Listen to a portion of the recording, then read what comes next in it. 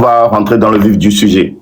Après, tout le monde ici présent a le droit, voilà, de poser certaines questions. On va essayer de faire vite pour ne pas lui prendre beaucoup plus de temps. Steve, est-ce que tu peux nous raconter les circonstances de ton arrestation lors des manifestations à Lomé? Alors, j'ai été arrêté effectivement le 6 juin, suite à l'appel, suite à votre appel en fait, suite aussi à l'appel d'Amron. Et donc j'ai été à la manifestation du 6 juin et malheureusement j'ai été arrêté en marge de la manifestation. La manifestation s'est terminée sur les coups de 11 heures. Bon, on n'était pas très nombreux, mais ça s'était plutôt bien passé. Et malheureusement, au lieu de rentrer chez moi directement, je suis resté à traîner. Je lui ai dit bon, je lui fais confiance quand même. Et effectivement, vers 14 heures, je lui ai indiqué ma position. J'étais, peut-être à quoi, aller 500 mètres, 1 kilomètre, je veux dire 1 kilomètre, on va dire, du lieu de la manifestation à GTA. Et puis quand j'ai indiqué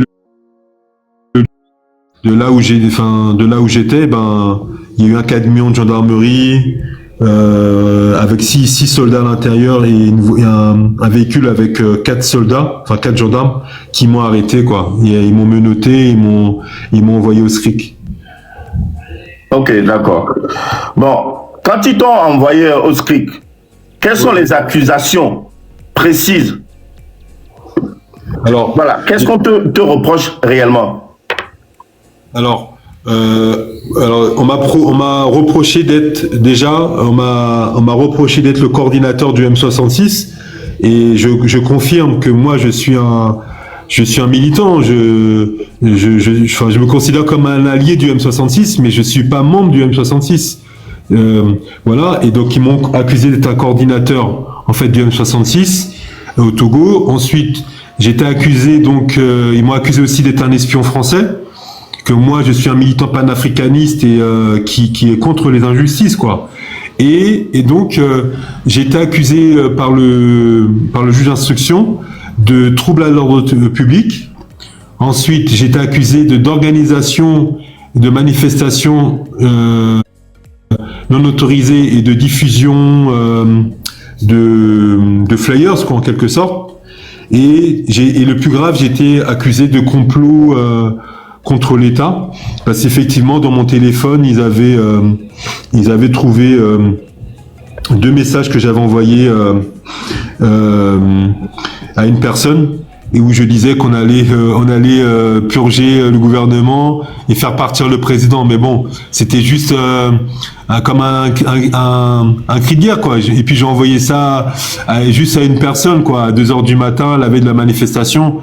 C'était pas du tout voilà.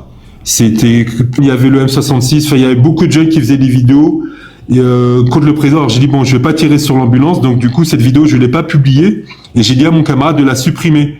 Mais le problème c'est que il avait enregistré dans son disque dur, il avait oublié de la supprimer. Et quand on a été perquisitionné, ils sont tombés sur la vidéo et ça a rendu le président, les membres du gouvernement, parce qu'ils l'ont vu.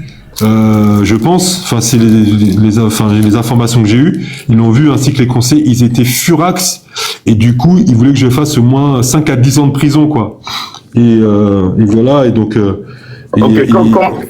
Comment s'est déroulée ton audition? En fait très très mal parce que le soir de mon arrestation, je suis convoqué dans le bureau du lieutenant. En face de lui il y avait le commandant du SCRIC et un adjudant-chef. Et donc moi j'arrive avec mes principes français où je dis voilà je souhaite avoir un jugement digne et faire appel à un avocat. Et c'est là que le lieutenant me dit mais vous n'avez pas le droit, vous n'aurez pas droit à un avocat ici et que voilà, on est au Togo, donc comment dire, j'avais pas qu'à me mêler des affaires du Togo, donc je serais jugé comme eux ils l'auront souhaité. Et ce qui se passe, c'est que très vite, quand j'arrive au bureau, je vois des cordelettes à terre. Donc du coup, je me suis dit que j'allais avouer, puisque bon, j'avais fait rien de fait de grave selon moi. Donc à ce moment-là, j'ai décidé d'avouer. Et quand j'ai avoué qu'effectivement j'avais participé à la manifestation, je pense que le commandant, il était un peu déçu parce qu'il voulait me torturer. Et donc ce qui s'est passé, c'est que il a commencé à s'énerver et il a trouvé un prétexte au niveau de mon passeport parce qu'il y avait une erreur dans mon prénom. Et j'ai dit non, mais moi, il dit oui, j'ai fait un faux visa, qui ceci, qui cela, j'ai fait un faux visa. Je dis mais commandant, c'est pas un faux visa, c'est vos collègues qui sont trompés. Mais moi, j'ai pas fait de faux visa. Comment voulez-vous que je fasse un faux visa? Et il s'approche vers moi et il me met un coup de poing. Waouh. Et là, tout de suite, ah ouais, là, il met un coup de poing. Et là, je me lève, j'ai en face de lui, je dis mais pourquoi vous me frappez? Parce que bon, moi, je suis un. Tu te rappelles de son nom? Tu te rappelles de son nom? Non, franchement, j'avoue quand même pour sa sécurité, bon, je vais pas le révéler. En plus, je suis pas sûr de son nom. Je crois savoir, mais je suis pas sûr. Ouais, donc, ouais, je peux pas malheureusement. Ok, vas-y, continue. Et donc, je me lève près de lui et je lui dis mais pourquoi vous me frappez? Pourquoi vous me donnez un coup de poing? Je vous ai rien fait. Vous avez eu le coup de poing à quel niveau, s'il vous plaît? Au niveau du visage, gros coup de poing. Hein. Pendant 2 semaines, je sentais un peu ma dent et une dent qui bougeait. Et j'avais une douleur et une dent. Et j'ai dit mais je vous ai rien fait, vous n'avez pas me frapper. Et j'avoue, j'allais lui remettre son coup de poing parce que moi, je tolère pas qu'on me fasse n'importe quoi. Et donc c'est à ce moment-là, le lieutenant m'appelle, dit Rouillard, asseyez-vous, retournez à votre place. Et il appelle un gardien, ils m'ont menotté. Et à ce moment-là, le commandant commence à m'insulter. Oui, espèce de saligo, tu te mêles de ce qui te regarde pas. Le Togo, c'est le Togo. L'Afrique, c'est l'Afrique. Et bon, et comme il était très énervé, bon, à un moment, le lieutenant, bon, l'a fait sortir, quoi. Donc il est sorti et avant de sortir, d'ailleurs, j'en souviendrai toute ma vie. Il dit ah, tu as de la chance que tu n'es pas dans mon centre. Hein. Si tu étais dans mon centre, on t'aurait torturé. On t'aurait frappé, on t'aurait torturé jusqu'à, je sais pas s'il m'a dit jusqu'à la mort ou quoi, mais enfin bref, franchement, j'avoue là à ce moment-là j'avais peur. Mais heureusement ils l'ont fait sortir et après je me suis retrouvé seul avec le lieutenant et l'adjudant et après ça allait. Mais moi, en tout cas, c'est vrai que j'avais promis de ne pas parler par rapport à mon dossier. Mais c'est vrai que je n'aime pas les injustices. Et c'est vrai qu'au SCRIC, j'étais confronté à un nombre invraisemblable de codétenus qui se sont fait torturer. Et j'ai vu même des jeunes filles se faire torturer, quoi. Franchement, c'est un scandale. C'est vraiment un scandale. Voilà. Mais Steve, est-ce que tu peux nous dire plus en détail comment ils torturaient les gens? Dis-nous en détail vraiment tous les trucs qui t'ont choqué pendant ta détention, s'il te plaît. Alors, déjà, il y a une chose qui m'énervait avec eux, c'est qu'ils torturent les gens avant de faire une enquête ou avant de faire une enquête et d'avoir des preuves. Et donc, ce qui fait que souvent, ils torturaient des innocents, quoi. Bon, ça arrivait qu'ils torturaient des bandits. Donc à ce moment-là, bon, j'étais un peu embêté pour eux, mais à la limite, ça passons. Mais souvent, le pire, ils torturaient des innocents. Et donc, qu'est-ce qu'ils font? Ils vous mettent assis par terre. Ils allongent et ils vous font allonger vos jambes. Et ils vous mettent une chaise au-dessus de vos jambes pour que vous puissiez pas bouger. Ils vous menottent les bras. Et il y en a un, et ils vous mettent les bras derrière le dos, et ils vous menottent derrière le dos, et vous avez un agent qui vous tient les menottes à terre, quoi, avec son pied, qui tient les menottes, qui appuie sur vos menottes avec son pied, et pendant ce temps-là, il vous fouette le dos, avec des cordes là, des cordelettes là de la marine, et il y a un autre gardien, il fouette sous les pieds. Ça fait mal, il fouette sous les pieds. Et des fois, il fouette même avec un bout en fer, parce que au bout des cordelettes, il y avait un genre de, comment dire, un genre de crochet en fer, quoi, d'anneau en fer, un genre d'anneau en fer pour maintenir la cordelette. Et De des l'aluminium. fois, Oui. comment? C'est de l'aluminium au bout de la corde. Je connais ça bien.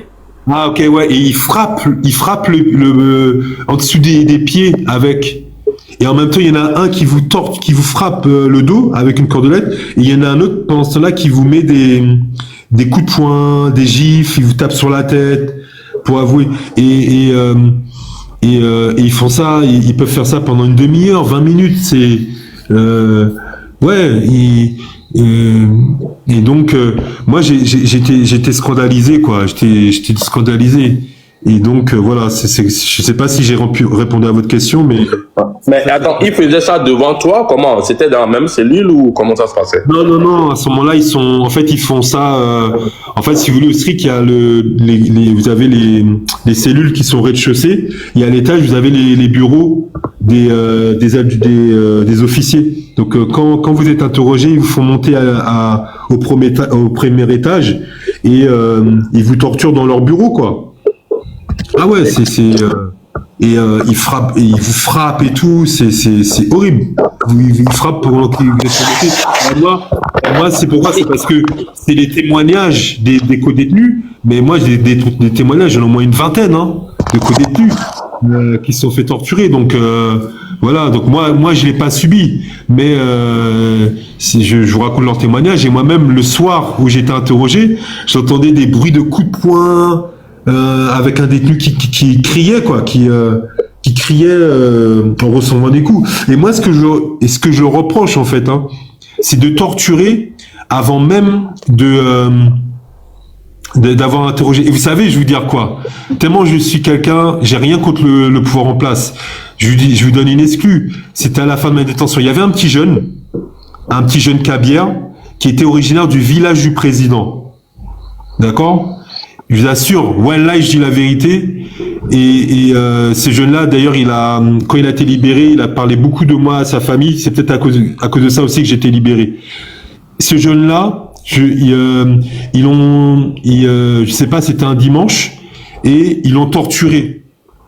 Ils l'ont torturé, parce qu'en fait, il avait volé un téléphone. Ils l'ont torturé, et ils l'ont fait rentrer dans notre cellule pour qu'il puisse se rincer, quoi, enfin boire de l'eau, enfin un peu et ils nous ont dit, il y a un gardien qui nous a dit de cogner notre porte quand il est prêt. Voilà, il avait renvoyé dans notre cellule, je crois, pour qu'il aille au WC, quoi, pour qu'il puisse faire le WC, et le gardien a dit oui, que de cogner quand il a fini, et pour qu'il vienne le chercher. Et moi, ce que j'ai fait, mes co-détenus voulaient, je dis à mes co-détenus, non, vous cognez pas, vous laissez l'enfant,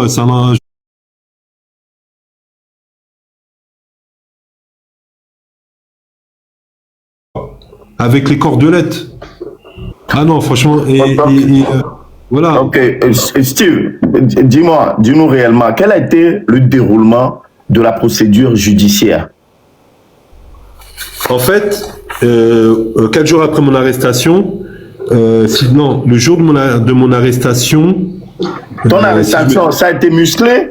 Ils t'ont trimballé? Qu'est-ce qu'ils t'ont fait? Ah, c'était musclé, ils m'ont jeté à terre, ils m'ont menotté, ils ont serré mes menottes, j'avais super mal, j'ai cru que j'allais perdre ma main, donc... comment dirais-je, excuse-moi, répète-moi la question, s'il te plaît, excuse-moi. Oui, le déroulement de la procédure judiciaire. Oui, le jour de mon arrestation, donc le 6 juin, j'ai été présenté au procureur de la République, et ensuite j'ai été présenté devant le juge d'instruction. Et alors, j'avoue, j'ai un doute, je ne sais plus si c'est le même jour ou peut-être 2 jours après. mais il me semble que c'est le même jour. J'ai été présenté devant le procureur et après devant le juge d'instruction. Et à ce moment-là, devant le juge d'instruction, il y avait des avocats togolais qui sont venus. Attends, excusez-moi, hein, j'essaie de me remémorer, hein, je suis désolé. Bien sûr, non, prends ton temps.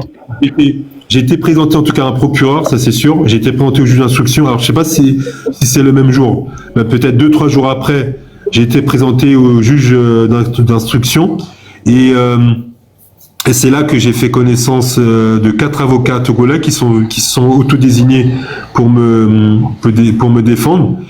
Et ensuite, j'ai été incarcéré et plus rien.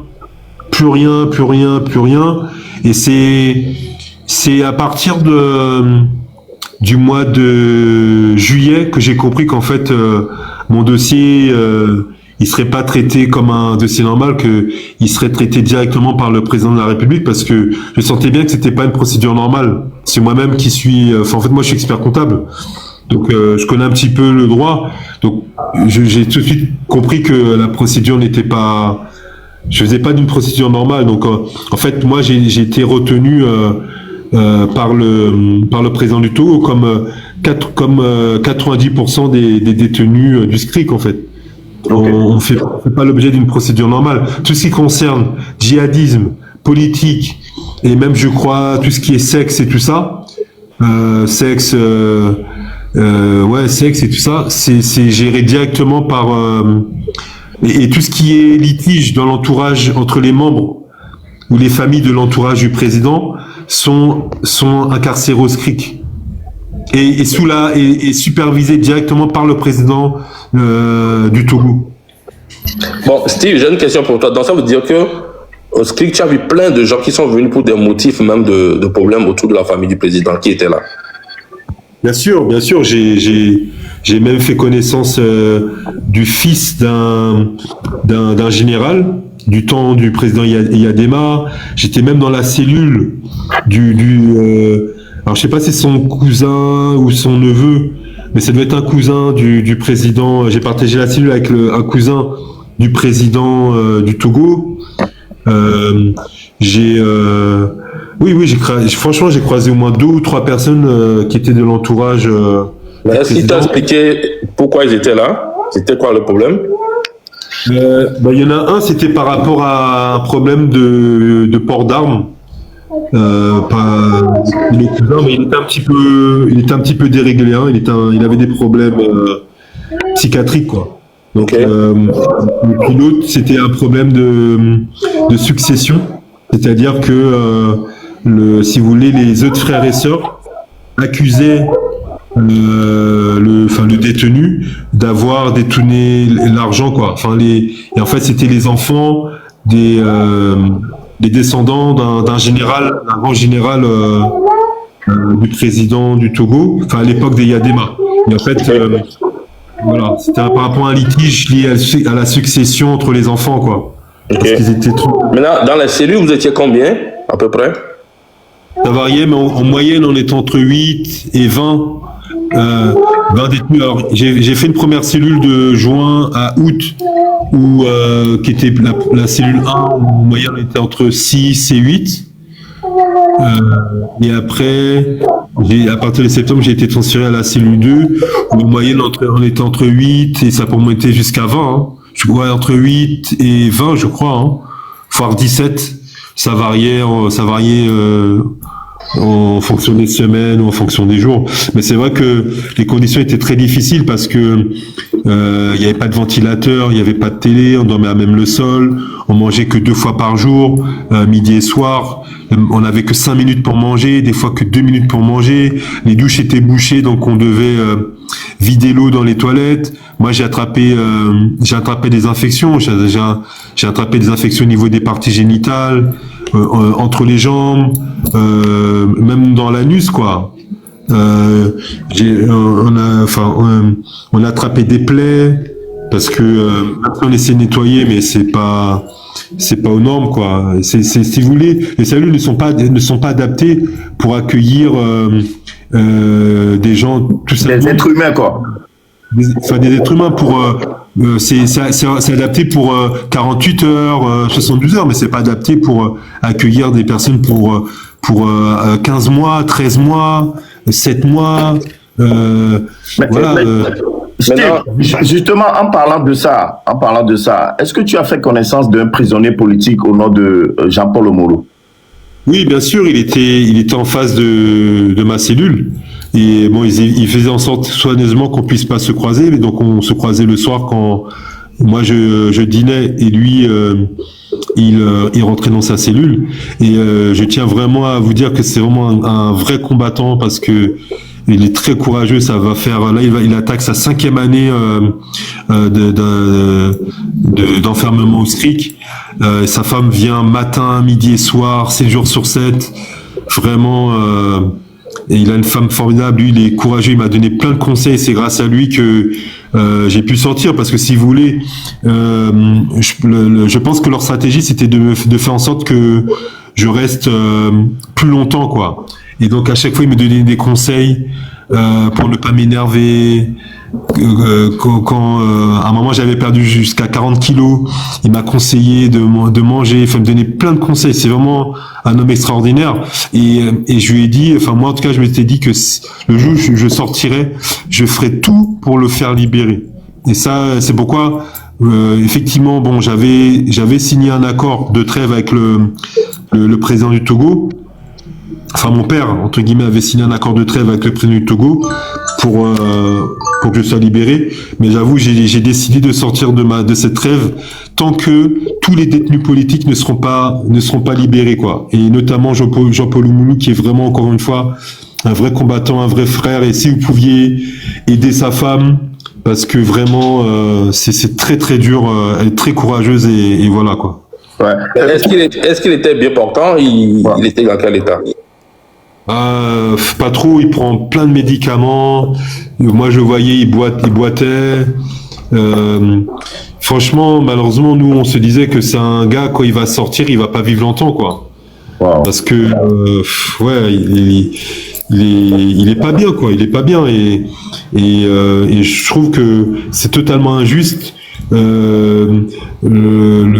Enfin, la durée de sa détention par rapport à la faute qu'il a commise. Je suis d'accord que c'est pas bien, c'est interdit d'insulter un président, mais de là à le faire condamner à 10 ans de prison sans être même jugé. Vous savez, il n'a pas été jugé, il a même pas vu un juge. Il est fermé comme ça au SCRIC, ça c'est un scandale. J'ai honte. J'ai honte d'être noir, excusez-moi, hein, mes frères, mais j'ai honte d'être noir, le fait d'avoir vu ça. Moi, j'ai grandi enfant, je suis né enfant, j'ai vécu le racisme, je vais pas être trop long, mais j'ai même le pire des racismes, n'aurais jamais traité de la sorte son pire ennemi. Jamais. Et de voir un noir qui fait ça, qui fait le tour du monde, faire des discours pour défendre les afro-descendants. Voilà, donc oui, c'est un scandale. Voilà. Mais est-ce que tu remarquais que lui, il avait un traitement un peu plus dur, ou bien tu penses que... Parce que bon, en général, est-ce que certains détenus étaient traités plus dur que d'autres? Oui, il avait un meilleur traitement que lui, parce que déjà, il avait sa femme, il avait la possibilité que sa femme lui emmène le repas tous les soirs.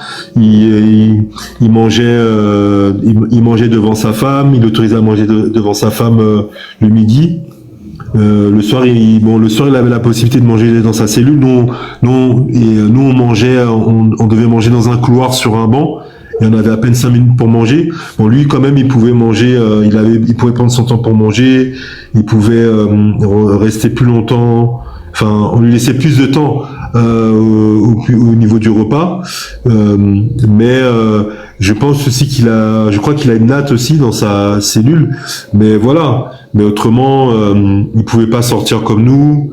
Il est enfermé comme nous. Et lui, voilà, c'est vrai qu'il a amené un petit traitement de faveur. Mais encore une fois, ça va faire 5 ans qu'il est là, quoi. C'est trop.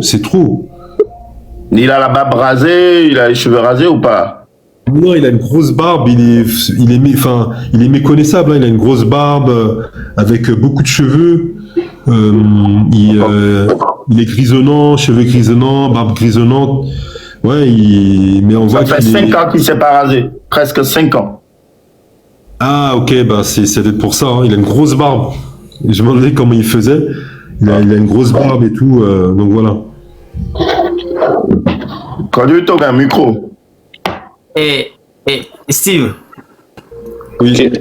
mais quand vous dites que vous l'avez vu, il est en train de boiter, ça dit il marche avec calme, ou bien tu peux un peu décrire son image aux Togolais qui n'ont pas le choix qui n'ont pas eu la chance de le voir. Tu peux lui décrire de la tête aux pieds, comment il se comporte, comment il parle. Est-ce qu'il y a de l'espoir pour sa vie là ou à la sortie? Tu peux nous parler un peu de ça, s'il te plaît.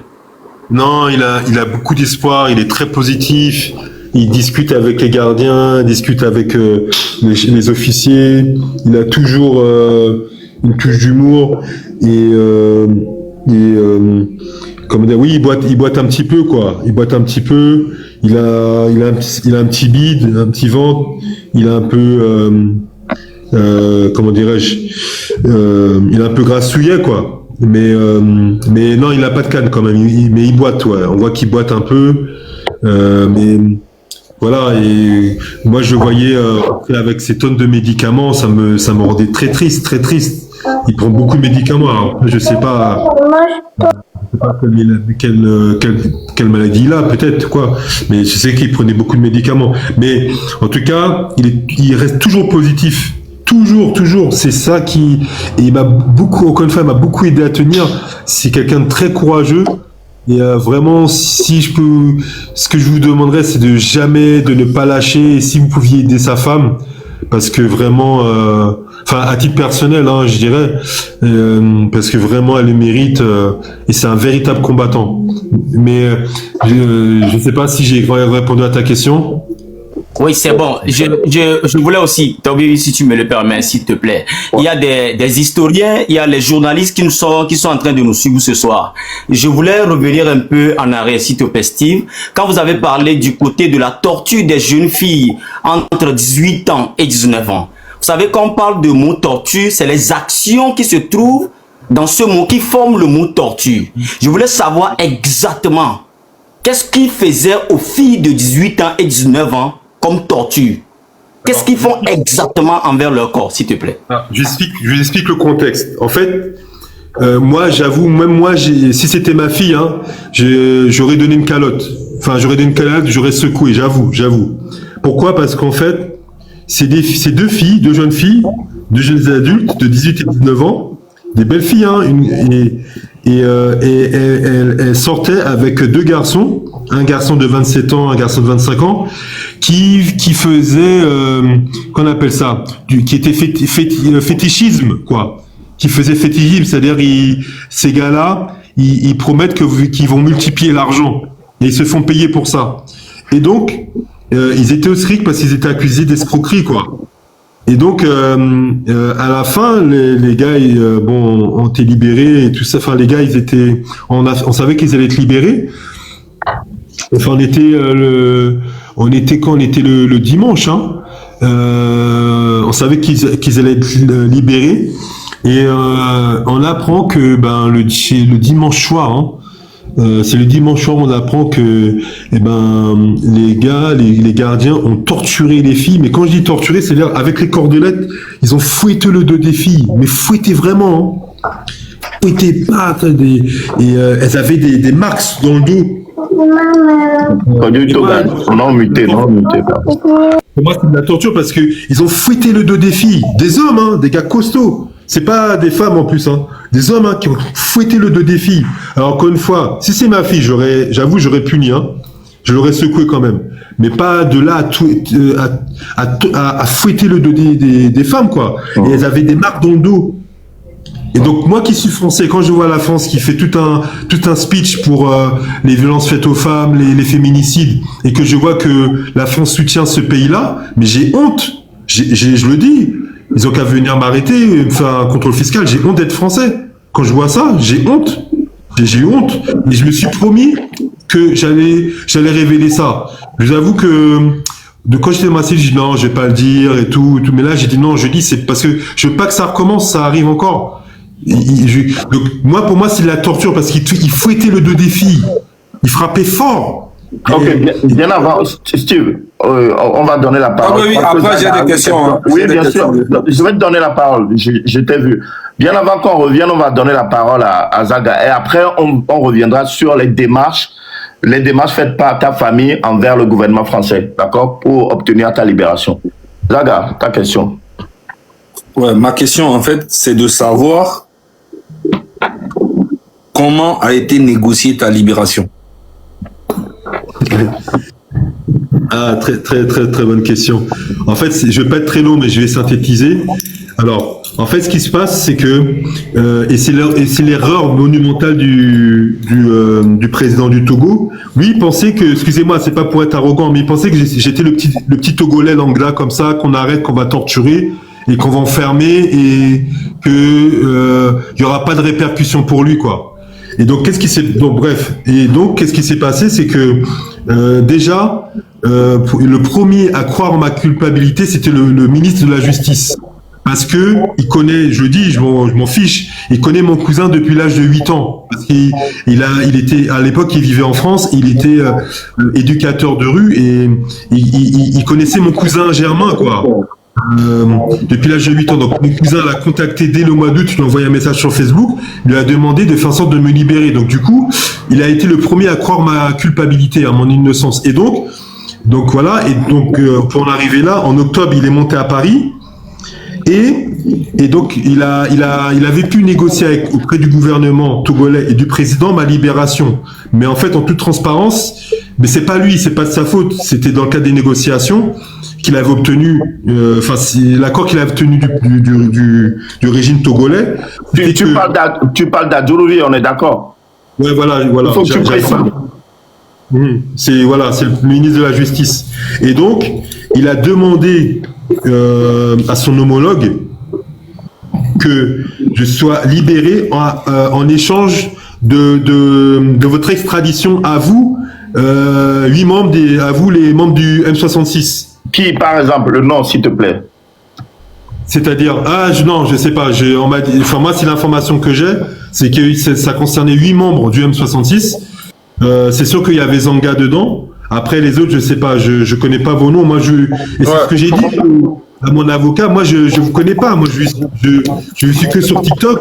Je suivais Zaga sur Facebook. Mais moi, je vous connais pas. Je connais pas, moi. Ouais, je sais, parce que pourquoi c'est en prison, au mois d'août, j'ai appris qu'il y avait l'homme 66. Je sais même pas si ça existait. Bref.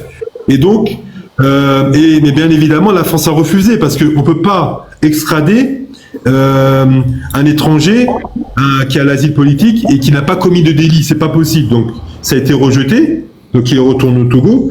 Ensuite, j'ai mes amis députés en Guadeloupe.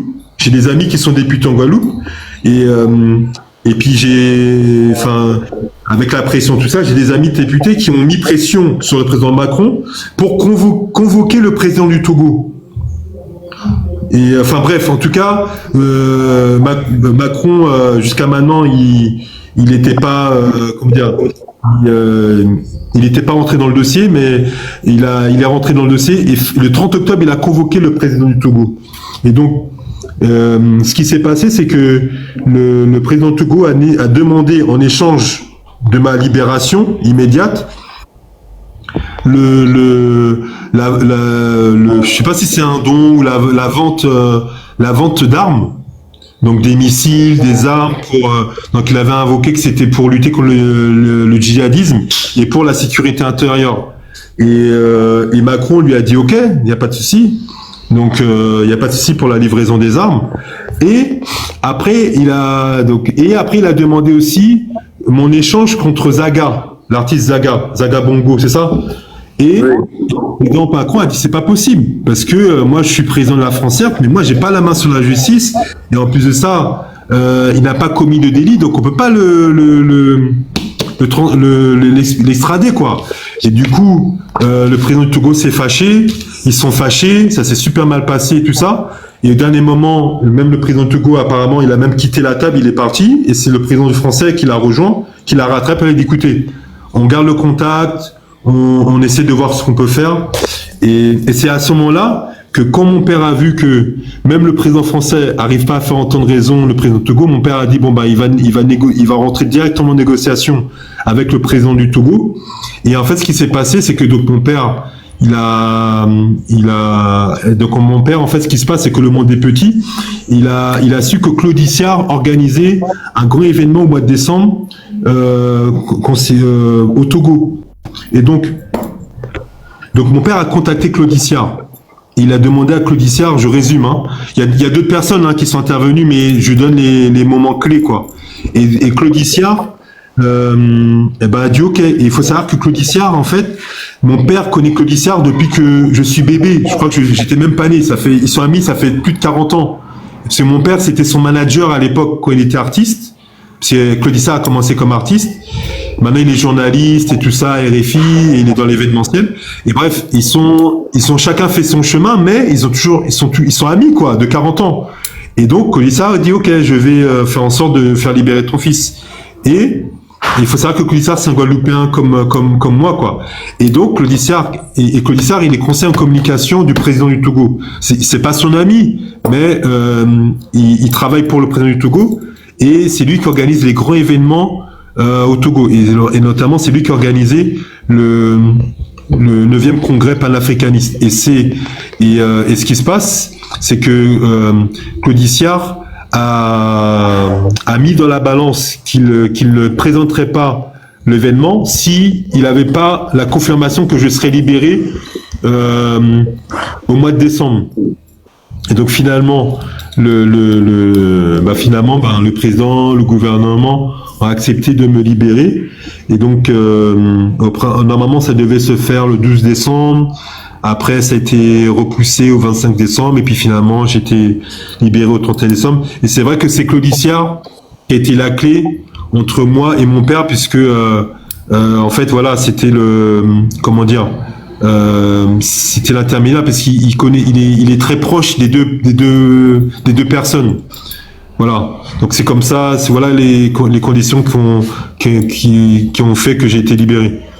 Bon, ma deuxième question.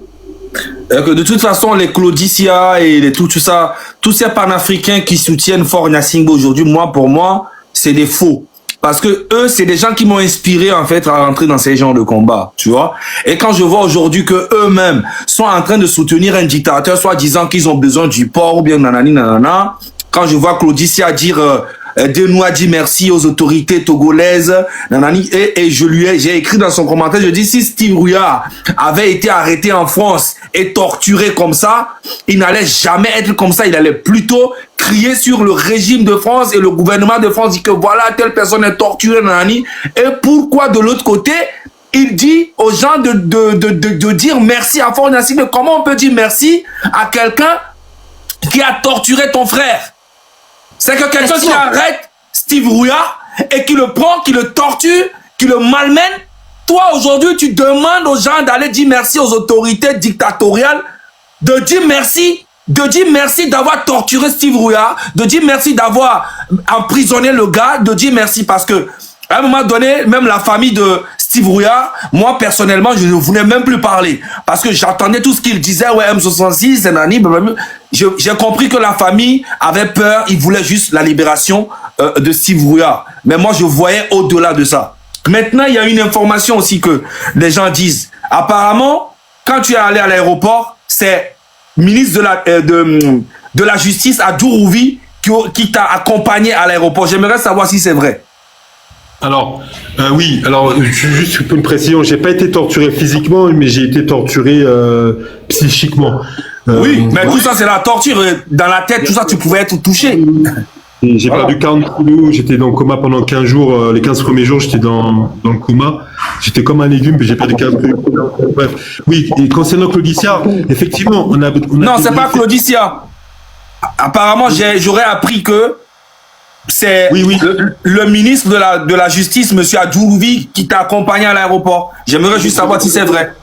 Oui, je vais te répondre. Mais concernant Claudicia, on a discuté quand je suis rentré à Paris, et effectivement, on n'était pas d'accord sur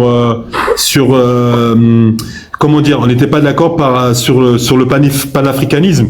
Bon, lui, voilà, il a son avis, et après sa chaîne d'entreprise, moi, je dis que en matière on peut pas être panafricaniste et soutenir des dictatures impopulaires. Et c'est ce que je lui ai dit. Et donc, je comprends que, voilà, donc moi, je soutiens pas, Codissar, c'est mon ami, mais on n'est pas d'accord politiquement. C'est ça que je voulais juste dire. Donc, voilà. Ensuite, concernant, oui, en fait, j'étais accompagné, j'étais expulsé, à 3 heures du matin, le 1er janvier. Et effectivement, je le salue honnêtement, hein, le ministre de la Justice est venu me dire au revoir, en fait. Il y avait l'ambassadeur de France, il y a eu les agents de l'ambassade de France qui sont venus me dire au revoir. Et c'est vrai que, c'est les agents de sécurité qui m'ont escorté à l'aéroport. Et le ministre est venu effectivement me saluer pour mon départ. Mais il faut savoir quand même que, au-delà qu'on soit pas d'accord politiquement, mais c'est vrai que le ministre de la Justice, comme j'ai dit, on a un lien familial parce que il connaît très très bien mon cousin, comme depuis tout petit. Donc voilà. En plus, sa femme et ses enfants sont, en tout cas la maman de ses enfants et ses enfants sont guadeloupéens. Et je sais que eux aussi, ils ont mis beaucoup de pression par rapport à mon incarcération. Donc lui aussi, ça lui causait des gros problèmes familiaux. Et il voulait vraiment que ce problème-là soit réglé parce que même chez lui, ça lui posait des gros problèmes. Parce que ses enfants me soutenaient et sûrement ses enfants connaissaient mon cousin. Donc voilà. Mais il est venu me saluer en tant que ministre, mais c'est aussi, voilà, parce que on a ce lien, je dirais, le père familial. Attends, Kodovi, attends d'abord, s'il te plaît. Et puis, brûle notre bord, Kodovi. Oui. Comment? Ouais, vas-y, continue. Non, je disais que voilà, il m'a salué, il est venu me dire au revoir. Il faut savoir qu'il a vécu en Guadeloupe quand même. Il a vécu pas mal d'années en Guadeloupe. Moi-même, je suis guadeloupéen. Et c'est vrai que j'ai transmis mes excuses au président du conseil parce que moi, mon but j'en veux pas contre lui personnellement ni contre le gouvernement. Moi, c'est ce que je le reproche, c'est de ne pas travailler et de ne pas gérer le Togo en bon père de famille, si vous voulez. Vous serez peut-être pas d'accord avec moi, mais moi c'est pas eux personnellement que j'en veux, c'est le fait qu'ils travaillent pas et la mauvaise gouvernance. Donc moi j'ai dit, je vais transmettre mes excuses, quoi, que je veux pas que ça en arrive là. Et l'autre point, j'ai demandé effectivement au ministre de transmettre mes excuses aux membres du gouvernement parce que bon, moi c'est pas. Moi, j'étais venu au Togo pour faire du business, vous voyez, pour créer des emplois, apporter une valeur ajoutée et participer au développement de l'Afrique. J'étais pas venu pour participer à une mobilisation, mais voilà, les choses ont fait que, voilà, moi j'ai un cœur, je suis un humain, j'ai des valeurs. Je ne pouvais pas rester inactif, quoi. Je ne pouvais pas rester inactif, d'accord? Je suis un militant panafricaniste, voilà. Donc c'est dans tout ce contexte-là qu'il est venu me dire au revoir à l'aéroport. Ouais, mais on est bien d'accord que c'est parce que toi t'as le passeport français ou t'es guadeloupéen, parce que les Togolais qui sont même dans leur propre pays n'ont pas eu la chance d'avoir cette chance que tu as eu de sortir de là-bas, tu vois. Et c'est pour ça que moi ces gens-là, je vais les combattre jusqu'à ma mort. Tu comprends? Même c'est même pas une question de gérer le pays ou bien de ne pas travailler ou bien de ne pas faire. Le pays ne leur appartient pas. Soit le pays, c'est pour tous les Togolais, ok? Et ça fait 60 ans qu'ils sont au pouvoir. Et si on fait le résultat aujourd'hui culturellement, tout est mort. Ils ont fait que tuer beaucoup de personnes. Beaucoup de personnes sont allées en prison pour rien. Et moi-même aujourd'hui, si je meurs même dans ce combat, je serai très fier. Maintenant, moi, je te souhaite bonne arrivée. Je te souhaite... en fait, je dis Dieu merci que tu as pu sortir dans cette situation grâce à tes relations familiales, tout ça. Mais il faut jamais oublier que ces gens-là, c'est des diables incarnés même dans le pays. C'est des gens qui n'ont pas pitié. Tu vois, moi par exemple, là, moi si on m'aurait arrêté, jamais on allait me libérer. Même 60 ans après. Ils vont me torturer jusqu'à la mort parce que je parle de, tu vois, moi je suis pas, voilà, je sais pas, j'espère que tu comprends et que tu seras pas touché psychologiquement et dire que voilà, il faut leur dire merci. Ils vont rien faire. c'est des gens qui vont continuer à faire ce qu'ils ont fait à toi et à d'autres personnes et à d'autres personnes, eux-mêmes au peuple togolais, même jusqu'à la mort. Tu vois? Donc, du coup, moi, je dis Dieu merci que tu as pu sortir dans cette histoire-là, mais il faut jamais, jamais abandonner la lutte idéale que tu avais, ou bien la vision que tu avais depuis le début sur ce pays ou bien sur le continent africain. Parce que tôt ou tard, nous tous, que ce soit les Guadeloupéens, les Martiniquais, les trucs, tous ceux qui vont se sentir africains doivent aller sur le continent africain sans avoir peur, avoir les mêmes sécurités qu'ils ont chez eux là-bas avant de retourner là-bas. Et c'est sur ce combat que nous sommes en train de faire. Merci beaucoup. Oui, oui. J'ai une question là, monsieur Steve, s'il te plaît. Alors, juste un truc, je réponds à Zanga. Zanga, je suis d'accord à 100% avec toi, je te soutiens à 200%. Et qu'est-ce que j'allais te dire? Et d'ailleurs, moi, si jamais le président français, ce qui est impossible, hein, mais si jamais ils avaient accepté notre échange, je peux t'assurer que j'aurais fait en sorte que je reste au SRIC. Quitte à agresser un gardien, je m'en fous. Je voulais pas de transfert. Et heureusement, les Français ont refusé ça. Et le truc qu'il faut savoir aussi, merde, je perds mon fil. C'est pas moi qui ai choisi de partir. Moi, je voulais rester. Hein. Je voulais rester au Togo au moins, allez, 2 ou 3 semaines pour remercier mes camarades togolais. Mais c'est eux qui m'ont expulsé. Mais alors, je vous avoue que si j'étais resté au Togo, je serais resté tranquille. J'aurais pas fait de live, je serais resté dans mon coin tranquillement, quoi. J'aurais pas fait, toi, pas fait de militantisme, j'avoue. Mais si ça tenait qu'à moi, je serais resté. Mais ils m'ont expulsé. Et c'est d'ailleurs, ils ont attendu que j'embarque dans l'avion pour libérer les 1511 détenus politiques. Ouais. Donc, dont Affectio. Donc, non, les 1511 détenus, dont les 81 prisonniers politiques et dedans, il y avait Affectio. Donc voilà, moi, j'ai été expulsé. Mais moi, je voulais rester parce que encore une fois, j'aime le peuple togolais. J'ai passé lorsque j'étais libre au Togo, je naviguais entre le Togo et le Bénin. J'ai passé les 5 meilleurs mois de ma vie et je voulais pas partir. Et d'ailleurs, j'ai mes proches, ma famille, dit mais toi, tu serais jamais rentré si t'avais pas expulsé. Voilà. Donc c'est ce que je voulais dire. Si je voulais répondre à Zanga. Ok. Zaga, t'as eu toutes tes réponses? Ok, merci beaucoup. Steve, je te précise qu'il n'y a pas eu 1500 prisonniers qui ont été libérés. Il y a moins de 100 prisonniers qui ont été libérés. Et moins de 100. D'accord? Ah, pardon, c'est 1511. Ouais. Non, c'est même pas ça. Donc, c'est un gouvernement qui ne dit pas la vérité. C'est des menteurs dans ce gouvernement. Donc, je voulais savoir, est-ce qu'il y a eu un accord pour ta libération? Enfin, il y a un accord entre deux patriarches. La France n'a rien fait pour moi. Je sais pas qu'ils n'ont rien fait pour moi, mais bon, ils ont traîné les pieds et après bon, il y a comme Macron qui a essayé. Quand ton père est venu à la charge, c'est-à-dire quand ton père est venu vraiment négocier, il y avait Claudicia qui était entre vous deux, entre le gouvernement togolais et toi et tes parents. Mais est-ce qu'il y a eu un accord? C'est-à-dire, est-ce qu'ils ont demandé, bon, bien sûr, on va te libérer, mais il faut que tu dégages du pays. Est-ce qu'il y a eu ce genre de choses? Oui, il y a eu un accord entre eux, mais voilà, vous savez, c'est deux patriarches, quoi. Mon père, c'est 2 chefs de famille. C'est 2 chefs de famille. Et en fait, oui, il y a un accord entre mon père et le président de Togo. C'est un accord de trêve, mais c'est moral, hein. C'est un accord de trêve entre 2 patriarches. Entre deux dictateurs, je dirais.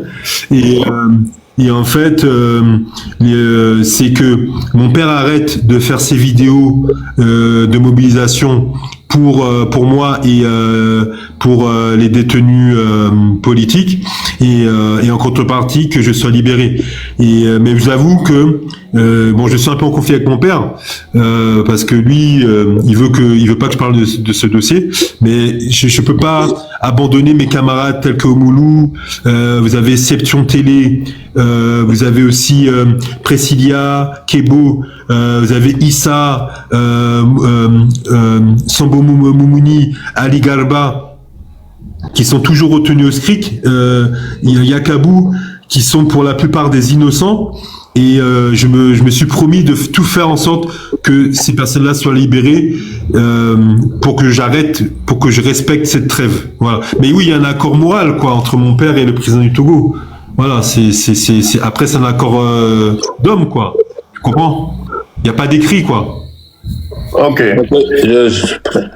Ouais, continue Thomas. Ouais, Steve, bon, merci pour ton témoignage, mais j'ai remarqué que à cause de l'accord moral, comme tu dis, je pense que ça fait que il y a des détails que tu n'oses pas vraiment entrer dans tu n'arrives pas à entrer dans le détail de certaines choses avec nous. Ouais, Parce que c'est... Après, il y a le temps. Je veux pas trop, comment dire, vous prendre du temps, quoi, parce que. Mais non, mais il y a pas de souci. Je peux répondre à tes questions, hein. Non, moi c'est une question, je pose. Est-ce que à cause de l'accord, ça t'empêche de vraiment aller dans les profondeurs ou bien c'est à cause du temps? Non, c'est franchement, moi, je joue la transparence avec vous. Il risque d'émettre un mandat d'arrêt contre moi, hein, là, par rapport à ce que j'ai dit même ce soir. Non. Mais, Steve, je tiens à te rassurer de ce côté. Ils vont jamais te ramener au Togo. D'accord? D'accord. Voilà. Je tiens à te rassurer. Tu es libre de dire ce que tu as envie de dire. De toutes les manières, je vais te dire quelque chose. De toutes les manières, moi, j'ai pas peur. Et ils peuvent même s'ils me ramènent au Togo, c'est pas grave. Je me battrai, je me battrai pour mon honneur, je me battrai pour le peuple togolais. Mais non, j'ai joué la transparence. Après, je peux pas. Mais ma dernière question, Steve. Penses-tu que quand tu disais que le ministre de la Justice était conscient que tu étais innocent, est-ce que tu as remarqué à un moment donné que il était impuissant auprès du président de vraiment plaider pour toi, pour dire que il te connaissait, il connaissait tes frères, ou bien comme tu as expliqué? Voilà. Bah, j'explique. Alors, moi, j'explique quelque chose, c'est que, en tout cas, ce que j'ai compris, c'est qu'en fait, le président, c'est quelqu'un de charismatique, c'est lui qui décide, mais c'est lui qui dirige le pays, mais en fait, il n'est pas tout seul à décider. En fait, c'est une dictature collégiale avec le président du Togo, ses conseils et les ministres. Donc, si vous voulez, en fait, il peut pas décider tout seul. Et donc, je pense que lui, quand même, peut-être, allez, je dirais, peut-être dès début décembre, il était pour ma libération. Même avant peut-être, en novembre, dès début novembre, mais comme ils étaient minoritaires avec le ministre de la Justice, donc ils devaient convaincre, je pense, il fallait arriver à convaincre les autres ministres. Et d'ailleurs, c'est un sénateur guadeloupéen qui, je pense, qui a convaincu le ministre des Affaires étrangères, David Dosset, je crois il s'appelle, de mon innocence. Voilà. En fait, je ne sais pas si je réponds à ta question, mais... tu réponds. Ça veut dire qu'il y a eu beaucoup de actions diplomatiques, en fait. Ouais. Ouais. Ok, mais il n'est pas seul à dire. Ok, merci. Steve, vraiment merci. Et puis, je sens que vous êtes un guerrier. Je salue ce côté pour vous. Merci. Bon, je voulais savoir, hein, combien les avocats... Vous me recevez? Oui, je vous écoute. Je vous écoute. Voilà. Combien les avocats togolais ont pris au niveau de votre famille pour pouvoir vous défendre? Alors, en fait, j'avais 4 avocats et l'avocat principal, c'était Maître Ato Mensah, que je salue d'ailleurs et que je remercie. Et donc, en fait, ma famille a versé, mon père a versé 1500 € d'acompte pour Maître Ato Mensah et les 3 autres avocats. Et ce qui s'est passé, c'est que donc c'est seulement ça. Et ce qui s'est passé après, bah, il s'est pris la tête avec mon père. Et parce qu'ils n'avaient pas la même stratégie, je pense, de défense. Et parce que Maître Ato Mensah était plus pour la discrétion. Et mon père, lui, il en avait marre, il voulait tirer dans le tas, quoi. Il était plus pour que ça soit médiatisé. Et donc, je sais pas. En tout cas, je sais que mon père, sans me consulter, il a changé d'avocat.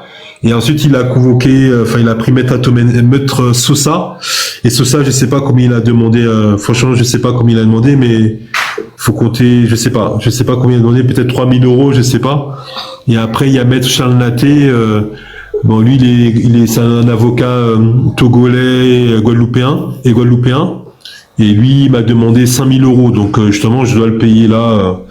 Je vais le payer en plus de la chance. Voilà, c'est ça. Après, je sais pas. Peut-être que mon père a payé d'autres avocats.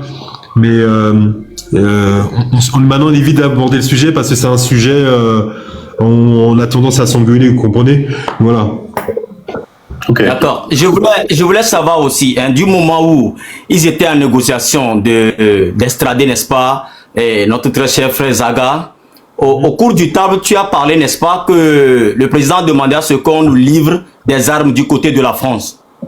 Est-ce que finalement, les armes ont été livrées? Je ne pense pas. Je ne pense pas parce que comme l'accord ne s'est pas fait, donc en tout cas, c'est pas par rapport à moi, quoi. Si ça se fait, ce sera pas par rapport à moi, parce que finalement le président du Togo avait quitté la table de la réunion.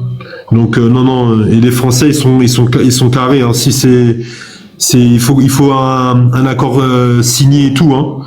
Donc et encore une fois, c'est pas les Français qui m'ont fait libérer. Donc non, c'est pas les Français qui m'ont fait libérer. Donc non, ce sera pas par rapport à. En tout cas, s'il y a des livraisons, ce sera pas dans le cadre d'un accord par rapport à moi. D'accord. On a appris que entre-temps, votre papa a été arrêté à l'ambassade du Togo. Bon, et puis on a aussi su que votre papa a refusé à ce qu'on en parle sur les réseaux sociaux ou sur les journaux. Bon, est-ce que vous savez les raisons, s'il vous plaît? En fait, bon, avec mon père, on s'est pris la tête à ce sujet quand je suis sorti, même quand je suis sorti même avec ma sœur, parce que en fait, je voulais contacter Zaga quand j'étais en France pour le rencontrer et ma sœur a refusé de me donner son numéro, donc bon, j'ai laissé tomber. Et oui, en fait, si vous voulez, ma famille, en fait, la stratégie de défense de mon avocat, c'était de dire que je ne suis pas membre du M66. Que en fait je n'ai rien à voir avec le M66 et donc si vous voulez du coup si vous voulez ils voulaient pas que qu'il y ait que le régime togolais suspecte qu'il y a un lien entre moi et le M66, donc c'est pourquoi ils voulaient pas que par exemple vous fassiez une marche, que le M66 fasse une marche pour moi, ou bien que le M66 je sais pas, moi-même m'envoie de l'argent et tout ça, parce que voilà, ils voulaient pas que je sois associé au M66 et mais voilà, oui, je comprends aussi, voilà, mais bon, moi je redis encore une fois, je suis pas membre du M66, on est des alliés, quoi. Moi je suis un militant, mais je suis pas un membre du M66. Après moi comment dire, on est des camarades. On est des camarades, mais moi en tout cas je vous j'ai besoin de votre soutien. Oui, par le passé, vous savez, monsieur le ministre de la Justice, Adjurovi, il était passé par la France 24 et clairement, aux yeux du monde entier, le monsieur il a déclaré qu'il n'y a pas de torture au Togo, il n'y a pas de miliciens au Togo. Bon, toi, par exemple, vous avez suivi tout leur désarroi en prison là, avec tout ce que vous avez vu. De nos jours, tel que vous êtes sorti, comment est-ce que vous pouvez qualifier le gouvernement togolais devant tout ce que vous avez suivi jusqu'à ce jour? Ah mais oui, le gouvernement togolais, pardon aux autorités togolaises encore parce qu'ils vont m'entendre, mais moi je suis quelqu'un de franc. C'est un gouvernement sanguinaire, diabolique, satanique et méchant. Et c'est un gouvernement, je dirais, opportuniste, quoi. C'est opportuniste, en tout cas sur le plan international. Et je suis désolé, le ministre a menti. Il y a la torture, en tout cas au SCRIC, j'étais témoin de la torture. Combien de fois j'ai vu même un vieux de quoi, peut-être de 63 ans, 64 ans, se faire torturer au niveau des pieds. Et il a fait quoi? Il est resté quoi, 1 semaine ou 15 jours à l'hôpital, je crois. Nombre d'enfants, j'ai vu des jeunes se faire torturer au niveau des pieds, ils pouvaient pas marcher.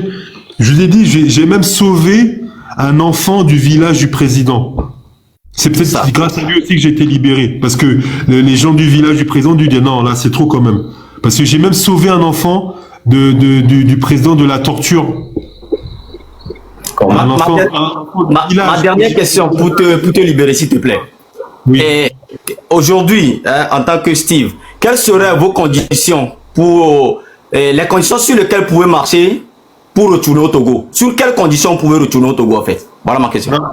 Non, mais après j'ai un petit point à rajouter, mais la seule condition pour que je puisse retourner au Togo, effectivement, c'est qu'il y ait un changement du régime.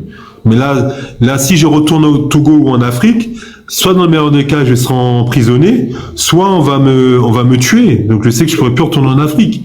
Et moi aussi, je vais me battre, malheureusement, je vais me battre jusqu'à la fin de ma vie pour qu'il y ait un changement au Togo, parce qu'on peut pas admettre une dictature qui tue des innocents. Et moi, j'ai le mot que... Alors moi, j'aurais un petit mot, c'est que j'appelle à la libération des 67 derniers détenus politiques. Je demande la libération aux détenus du SRIC, comme Jean-Paul Oumoulou, Seption Télé, Presilia, Ali Galba, j'ai dit Issa, Yakanou, Moumouni, et ainsi que les 67 ou 68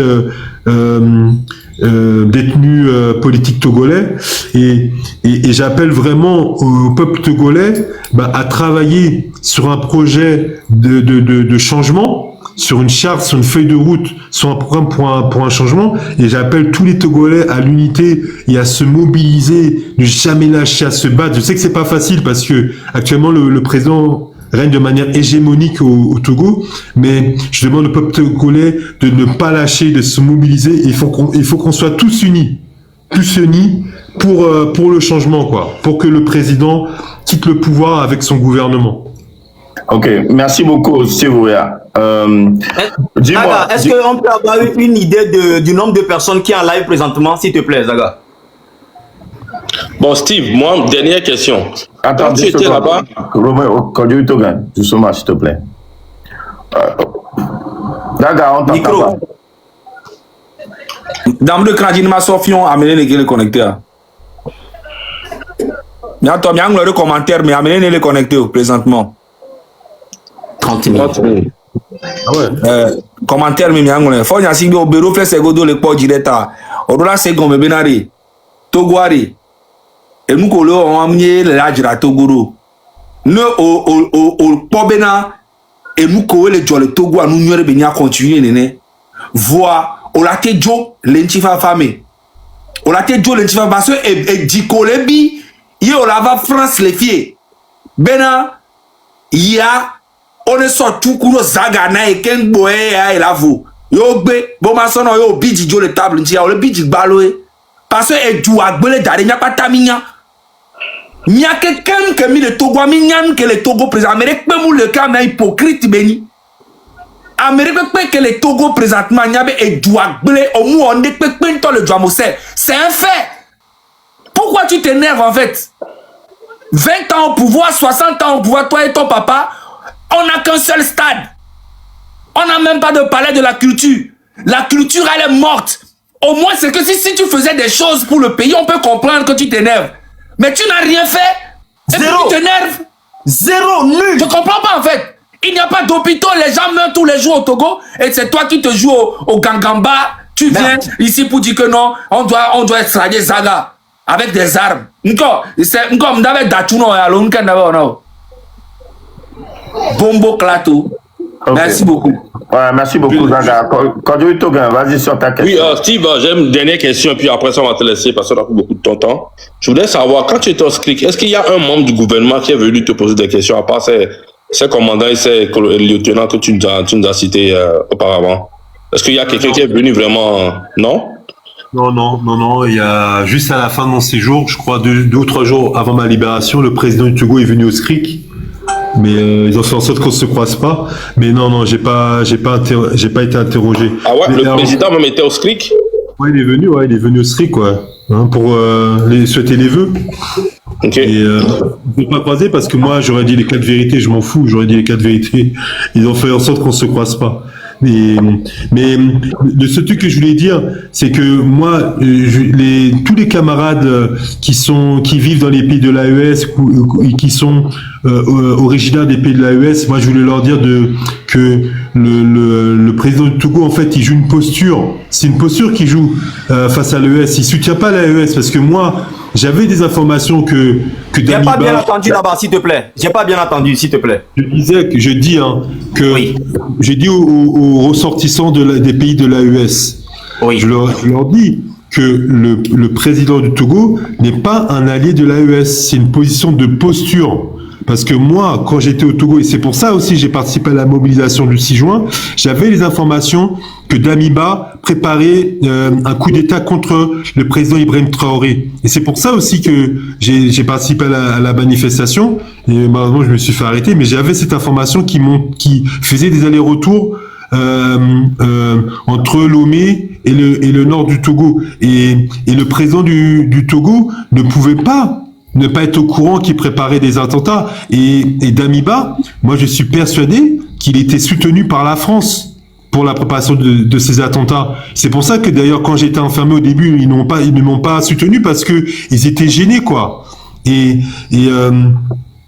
moi ce que je veux dire par là, c'est que le président du Togo et le régime et le gouvernement ont menti sur moi et sur les jeunes qui se sont mobilisés le 6 juin pour dire que moi j'étais un espion français et que les jeunes étaient manipulés par la France pour renverser le président. Et avec le coup d'État raté qui a été raté de peu sur Ibrahim Traoré, a prouvé que c'est nous les vrais panafricanistes, c'est nous qui disions la vérité, c'est nous qui sommes les défenseurs de l'AES.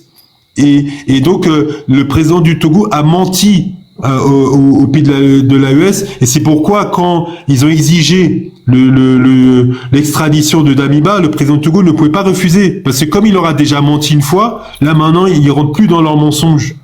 Donc voilà, donc c'est ce que je voulais dire. Donc non, le président du Togo n'est pas un ami de l'AES, c'est juste une posture. C'est juste une posture. Voilà. Ok. Vous avez un message spécial pour l'AES? Oui, moi j'avoue que je suis un petit peu déçu des dirigeants de l'AES, parce que même pas des oranges ils nous ont donné pendant qu'on était en prison, parce qu'il faut savoir que moi j'étais détenu au SRIC, on était à 2 avec mon second, mais il y avait encore 50 ou 60 personnes je crois qui étaient détenues à la prison de Lomé par rapport à la manifestation du 6 juin. Et donc, pas même une orange ils nous ont donné, pas même une déclaration, pas même ils nous ont envoyé un représentant diplomatique pour demander comment on va, pour nous demander si on n'a pas besoin de quelque chose. Voilà. Donc, je suis très déçu. Très déçu, et j'étais très déçu moi dans ma cellule, et voilà, et ce qui est arrivé le 3 janvier est arrivé, et qui se méfie parce que par rapport au port de Lomé, c'est par rapport au port de Lomé qui soutiennent le président du Togo, mais il faut qu'ils sachent qu'il sache qu'ils doivent faire très attention. Parce que à vouloir mettre en avant leur ventre, le port de Lomé, au détriment de la vie des Togolais, et au détriment aussi de leur sécurité, un jour ça va leur coûter très très cher. Et ils ont fait le coup très cher là. Je dis que le coup d'État a failli passer, Donc j'espère qu'ils ont appris la leçon. Et alors j'ai appris après j'ai appris soit pendant ma détention, je crois, qu'ils ont essayé quand même, de manière discrète, ils ont demandé au président de nous libérer, quoi, d'être indulgent avec nous, de nous libérer, mais il a refusé. J'ai appris que, voilà, ils ont quand même essayé, mais voilà, c'était pas suffisant. On a eu aucun soutien. Et je dis franchement, même Kémy Séba, j'étais déçu. Kémy Séba, je suis déçu. Nathaniel Young, je suis déçu. Le Franklin, là, je suis déçu. Voilà, maintenant, après, il n'y a pas de souci, je continue le combat pour une Afrique souveraine et développée, mais je suis très déçu d'eux. Voilà. Ok. Merci beaucoup, Steve Ria. On tire vers la fin. Exactement, réponds-nous. Comment tu perçois le système judiciaire togolais? Mais le système judiciaire togolais n'est pas indépendant. Il est totalement sous la coupe, je dirais, du président. Alors, du moins en matière de djihadisme politique et tout tout ce qui est affaires sexuelles, je crois, et tout ce qui concerne les conflits dans l'entourage du président. Ça, c'est le président qui gère directement. Le juge d'instruction et le procureur sont des pantins pour ces problèmes-là. Après, le reste, les problèmes de terrain, les problèmes, je dirais, liés, je sais pas moi, aux autres délits, les vols et tout ça. Bon, ça, c'est effectivement, on peut dire que la justice est indépendante. Que là, effectivement, les juges travaillent de manière indépendante. Mais pour tout ce qui est politique, djihadisme, l'entourage du président et tout ce qui est affaires sexuelles, c'est dirigé directement par le président de la République. Et c'est quand lui et lui seul décide de voler libération que vous êtes libéré. Voilà, c'est ça que je voulais dire. En gros, il n'y a pas vraiment de justice au Togo. Voilà.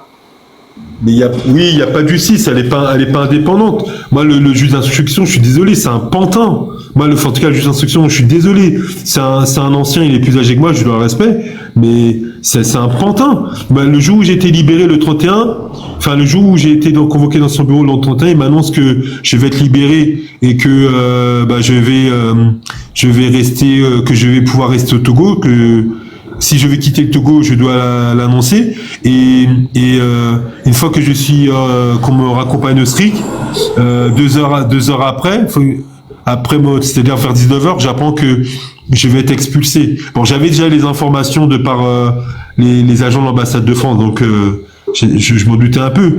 Mais quand il m'a annoncé que j'allais pouvoir rester au Togo, bon, moi j'étais content. Et mais je me suis rendu compte qu'en fait c'est un pantin. C'est pas lui qui a décidé de ma libération, c'est le président du Togo.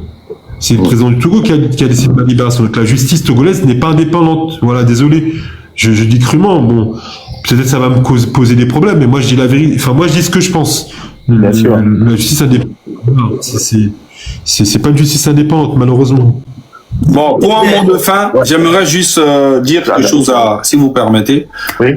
Moi, Steve, moi, je souhaite aujourd'hui pour toi, parce que, en fait, tu as failli te faire tuer. Tu es sorti dans quelque chose que tu peux même pas imaginer. Je sais. Peut-être que tu t'es pas fait torturer physiquement, mais tu as reçu des coups. On t'a mis dans une cellule très sale. Tu pouvais mourir là-bas. Je te jure. Là, tu es sorti de ça et j'espère que tu vas porter plainte contre eux et que tu vas vraiment rester dans ton combat. Voilà, ici en France et Guadeloupe, tout ça, tu n'as rien à craindre. Tu peux aller même dans les pays africains, tu le sais très bien. Tu es un Français, tu peux aller partout où tu veux. Il faut rester dans le combat. Maintenant, les gens qui ont intervenu, tout ça pour ta sortie, Dieu merci que tu en avais. Mais la plupart, la grande majorité n'ont pas cette chance-là. Par exemple, un gars comme moi, on m'estrade au Togo, mais Faure Gnassingbé, il va me pendre mais avec mes couilles en l'air. Ouais. Et ça lui fera plaisir de me voir tout le temps, tu vois. Donc du coup, félicitations à toi et puis bon courage à toi, frérot. Ah oui, il faut surtout pas que tu ailles au Togo. Ils vont, je veux pas dire, mais ils vont te fusiller. Hein. Je dis franchement, ils vont te torturer, ils vont te torturer. Tu peux pas t'imaginer. Ils vont te taper et ils vont te fusiller. Moi, 2 jours après mon arrestation. Steve, on va essayer de poser les mots un peu par rapport à. Désolé. Ouais. C'est vrai que 2 jours après mon arrestation, l'adjudant-chef m'annonce qu'on va me fusiller, quoi. Je sais pas si je peux le dire. Oui. Et ça m'a choqué. Parce que moi, Les gens disent souvent que tout ce qui se passe au Togo, du côté de la justice, de la torture, de la sortie des miliciens, du bastonnage de la jeunesse, de la violence des femmes et tout ça, les gens et certains journalistes disent que le président de la République n'est pas au courant. Ça dit, les gens font savoir à la jeunesse togolaise que tout ce qui se passe autour du Togo, que le président n'est pas au courant, que c'est ces alentours qui font tout ces désarroi. Mais de nos jours, nous sommes au courant que lui-même, il va à la table de négociation. Lui-même, c'est la justice qui nous demande permission avant d'exécuter sur le terrain. Ça veut dire que tout ce qui se passe au Togo, de tous les morts, de tous les prisonniers, Faure Gnassingbé, il est au courant de pipe et de tabac et il est responsable de tout ça. Voilà ce que je voulais dire. Merci. J'espère que tu vas porter plainte et que il faudrait que tu témoignes même devant toute l'Europe. Parce que ces gens de trucs, c'est des vrais combats. Tu es sorti de ça pour un but. Moi, je le sais. Et je pense que toi aussi, tu sais. Tu es sorti de là pour un but. Et c'est la nature même qui va gérer tout ça. Merci. J'y ai pas pensé, mais oui, pourquoi pas, c'est une bonne idée. Après, faut que je vois si c'est recevable en termes de justice. Mais ouais, pourquoi pas, parce que moi, j'ai des enfants au bas âge et j'ai vu des enfants souffrir de faim et tout ça. Mais moi, ce que je vais compléter avec ton collègue, oui, il y a une milice. Et d'ailleurs, le président est au courant. Vous savez, il y a une milice. Vous savez, le soir le groupe, la milice qui a arrêté Amron. Qui avait arrêté la bombe. Ils étaient à 40 ou 50 fusils à la main, vraiment une honte. Mais c'est une milice qui est basée au palais présidentiel. Donc il ne peut pas, cette milice-là ne peut pas aller chercher à bande sans qu'ils soient au courant, puisque leur caserne, si vous voulez, elle est installée au sein du palais présidentiel. Donc faut qu'on arrête faut qu'ils arrêtent de mentir. Il faut qu'ils arrêtent de mentir quand même. C'est en 2026, c'est pas acceptable. Et si vous imaginez, c'est une milice de 50 pays. Ils étaient à 50 personnes, fusillés à la main. Ils ont été devant Amron. Quand j'ai vu ça et que le lendemain sa fille, après je coupe, après je vous laisse la parole, à lancer le live, j'ai dit non. Je vais me mobiliser, même si je sais que c'est un traquenard, je vais me mobiliser et j'irai à la manifestation de 6 juin, d'autant plus que ils l'ont torturé, ils l'ont piqué pour pour le faire passer pour un fou. Non, c'est un scandale, En tout cas, ok. On a encore 5 minutes, pas plus, et après, on te laisse.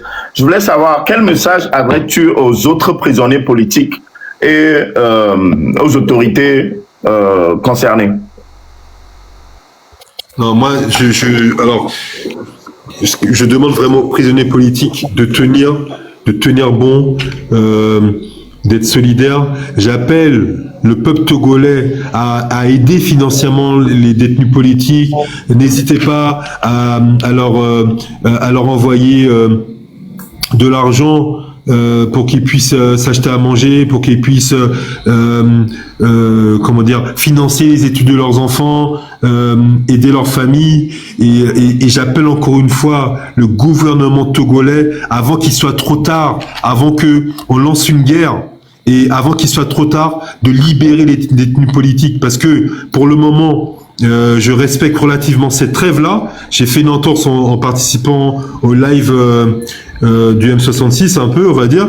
Donc j'essaie de respecter la trêve, mais si la trêve n'est pas respectée, moi je vais repartir en guerre, et je suis même prêt à repartir en Afrique, et s'il faut aller au Togo encore, parce que je n'aime pas les injustices. Donc j'appelle vraiment encore le régime togolais à libérer, si vous voulez, les derniers détenus politiques avant que on parte en guerre. Et moi je vais perdre, mais eux aussi ils vont perdre aussi. Et je les avais prévenus au départ, hein, que en m'arrêtant, ils allaient prendre des coups, ils m'ont pas pris au sérieux. Là je les réavertis encore.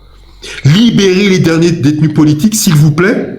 Comme ça, s'il faut, on va avancer, quoi. Je dis pas que tous les problèmes sont réglés, mais en tout cas pour ma part, je suis prêt à discuter, je suis prêt quitte à ce qu'on fasse une table ronde, je sais pas, mais voilà, c'est le message que je donne au président du Togo, Faure Gnassingbé, ainsi qu'au gouvernement, s'il vous plaît, libérez les derniers prisonniers politiques qui sont innocents. Ils sont innocents, libérez-le. Je fais pas de menaces, hein, mais c'est comment dirais-je, avant que il n'ait à le regretter. Voilà. Donc, s'il vous plaît, libérez-le. C'est tout ce que j'ai à dire. Libérez-les. Ok, d'accord. Steve, on va revenir vraiment en arrière. Tu peux nous dire le nom de ton ami qui t'a donné le traite? Bon, alors, il s'appelle Nîmes. Il s'appelle Nîmes. Alors, bon, après, on a discuté, on a fait un débriefing, comme on dit. Bon, lui, il me dit que il a été suivi, que c'est comme ça que ils sont arrivés jusqu'à moi et ils m'ont arrêté. Mais bon, je pense que c'est un espion. Après, voilà, je suis quand même en bon terme avec lui. On discute. Bon, maintenant, je vais plus militer avec lui, mais bon, on échange quand même. Bon, je veux pas qu'on lui fasse du mal parce que c'est quelqu'un qui est handicapé. Il lui manque une jambe. Donc voilà, mais ouais, il s'appelle Nîmes. Mais après, voilà, ce que je demande au peuple togolais, bon, comme il est handicapé quand même, sa maman est gravement malade, donc j'ai pas de le pardonner, hein. Mais bon, laissons-le tranquille. Je pense que la priorité de notre combat, encore une fois, c'est la libération des détenus et que le peuple togolais soit enfin libre et débarrassé de la dictature. Voilà. Ok. Les combattants, je pense qu'on est vraiment arrivé à la fin. Si vous avez d'autres questions ou voilà. Juste une question. Je voulais savoir, Monsieur Steve, que la réponse soit vraiment claire parce que c'est important, s'il te plaît. Est-ce que le président de la République togolaise, Faure Gnassingbé, est-ce qu'il vient au SCRIC?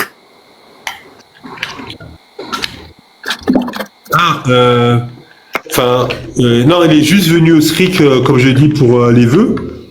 Et ils ont fait en sorte qu'on se croise pas. Et moi, si on s'était croisé, moi, j'aurais dit les 4 vérités. J'aurais interpellé.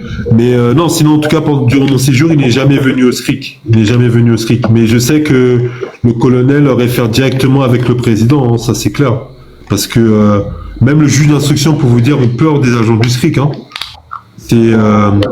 non, ils ont énormément de pouvoir. Hein. C'est vraiment, ils ont toute carte blanche. Hein.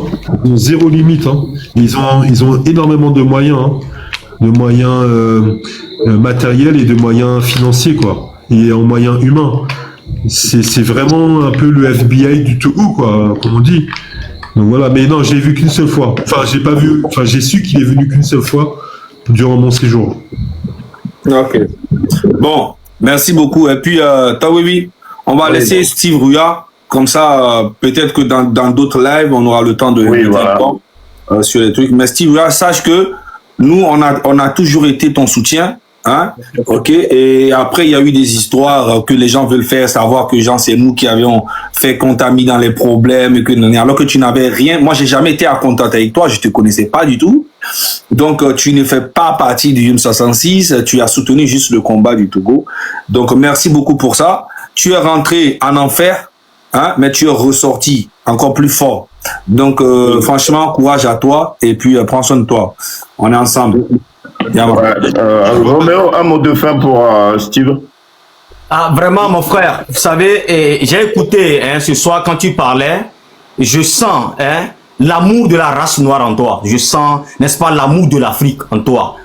Et tu es vraiment touché par le sort duquel traversent les Togolais. Tu es vraiment dépassé de voir, n'est-ce pas, un être humain noir traiter ses propres frères noirs de la sorte. C'est le mot même qui t'a banni le cerveau, en fait. De voir un Togolais, soi-disant, président de la République, qui donne des ordres à ce qu'on détruit son propre peuple de la sorte. Du jamais vu dans le monde entier, du père au fils, depuis 60 ans que le Togolais vit dans ce genre de choses. Mais vraiment, comme Zaga vient de le dire, tu es sorti de l'enfer, aujourd'hui tu vois le jour. Tu es un homme, tu es un garçon, tu dégages, n'est-ce pas, de l'énergie positive. Reste là-dessus, on reste ensemble en tant que les garçons du continent, en tant que les garçons du Togo. On va y arriver. Ne sois pas découragé et ne les pardonne pas. Parce que là où nous sommes, c'est pipe et tabac. S'ils demandent à ce que on exporte, n'est-ce pas, Zaga au Togo, c'est pour pouvoir tuer encore les Togolais ou c'est pour encore mettre fin à cette lutte. Parce que lui-même, il sait très bien que cette lutte, c'est ça qui va définir sa fin. Et ça va arriver.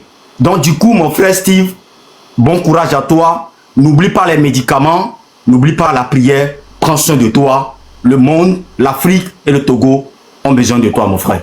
Merci beaucoup. Oui, Kodoui Toga, un petit mot pour Steve. Bon, je veux dire merci à Steve. Merci beaucoup pour ton témoignage sincère. Je te dis vraiment merci. Et puis, excuse-moi, j'ai à te dire, comme tu connais un peu notre ministre de la Justice, essaie de lui dire, de le confirmer que vraiment au Togo, il y a la torture, il faut lui dire d'arrêter de mentir, de ne plus aller dire des bêtises comme ça. Et si tu peux le confronter, tu n'es pas obligé de venir nous le dire, mais tu veux vraiment le confronter pour lui dire, s'il est dans ce système, s'il est vraiment heureux comme ça, d'être dans un pays où on torture, où lui-même était en France et sans le savoir, ce même gars était un fief opposant à Fogna Sigbe. Il y a encore ces vidéos sur YouTube où il insultait, dénonçait tout ce qu'on d'aujourd'hui dénonçait, et brusquement, il a fait un virage à 360 degrés.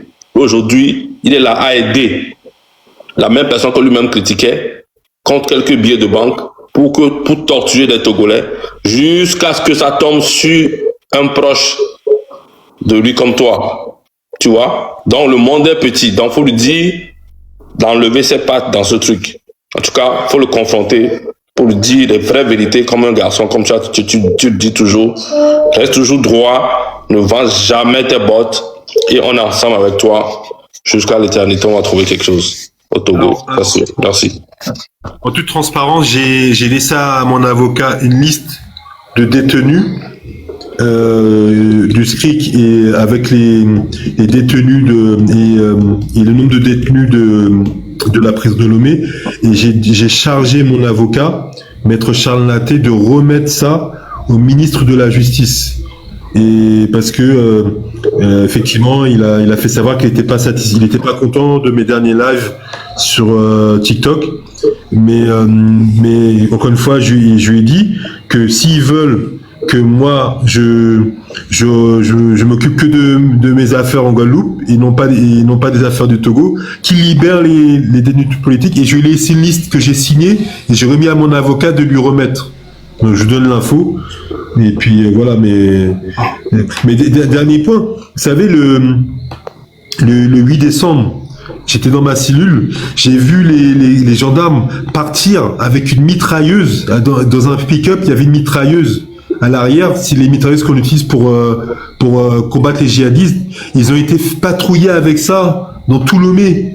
Dès à 4 heures du matin, ils sont partis patrouiller dans Lomé avec une mitrailleuse. Et il y avait une moto avec où ils étaient à deux, dont un gendarme à l'arrière qui avait un fusil à la main. Comment vous appelez cette démocratie? Comment voulez-vous que les gens puissent se mobiliser?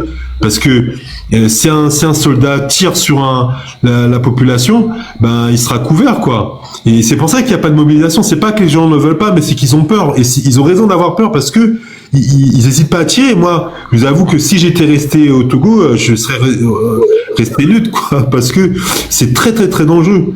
Donc voilà, c'est pas facile, mais on doit continuer à se battre. Ouais, mais en tout cas, merci beaucoup, Steve. Vraiment, je te souhaite beaucoup de courage. Merci beaucoup pour ton franc-parler. Et on peut pas terminer ce live sans toutefois dire un grand merci et beaucoup de courage à ta femme, à ton père, à ta mère, toute ta famille qui ont eu à subir ton absence. D'accord? Tu es ici chez toi, dans ta maison, tu es toujours le bienvenu dans ce live. À chaque fois, tu auras des questions. On a besoin de toi dans ce combat. Merci. Et merci à Dieu. Je remercie Dieu vraiment. C'est aussi grâce à lui que j'ai été libéré, et grâce aux ancêtres. Voilà. Merci beaucoup. Bon, tu peux partir quand tu veux. D'accord, ok, merci. Merci, bye bye. Bye. Bon. Ta fornya sibe ole o courant nande pepe. De viko le ou ame